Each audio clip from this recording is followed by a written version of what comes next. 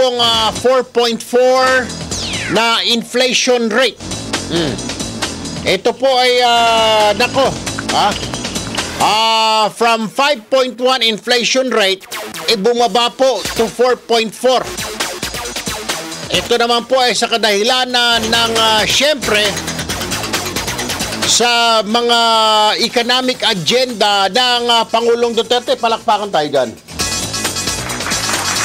Ay kung hindi kay Pangulong Duterte, naturalmente, ano bang ibig sabihin ng inflation? Inflation bayad, yung inyong pera na hawak ngayon, mas marami nang mabibili. Ganun lang ang eksplanasyon niya ng mga ekonomista. Ayan, sa kadahilanan na yung mga economic managers ng Pangulong Duterte gumagawa ng paraan, kumikilos para mapababa ang inflation. Nasa linya si Secretary Salvador Salpanelo, ang tagapagsalita ng Palasyo. Magandang umaga, Secretary Sal and Kong Hei Fat Choi, sir. Kong Hei Fat Choi, good morning. Sir, una, pakipaliwanag nga at na-achieve 10-month low daw itong 4.4 from 5.1 na inflation, which is a very welcome news, lalo na ngayong Chinese New Year, Secretary. Well, alam mo yung mga economic managers natin magagaling.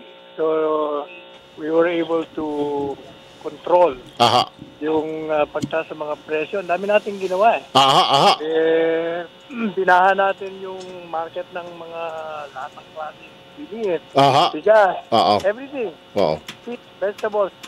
Tapos yung inflation kasi hindi naman natin kontrolado yun. Correct. We can control yung dito sa ating lugar. So, ito ho'y kaya pa bang pababaan pa or ma-maintain na ito, magiging plateau na ito at hindi na aakyat ito o may mga chances na aakyat pa ito ng bahagya, Secretary? Pero hopefully we can maintain. But we do not control yung inflation rate sa buong mundo, syempre. Ayun. But as long as we maintain yung mga nilagay na measures ng economic managers natin, palagay ko, komportable ang ekonomiya natin.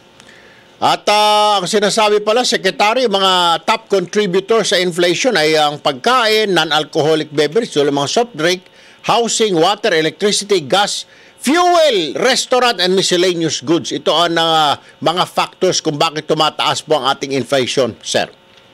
Kaya hindi ba nagtataas tayo ng mga buwis para dito para to counter. Control din natin yan. Oo. Maraming ginawa, magagaling ang mga economic managers natin.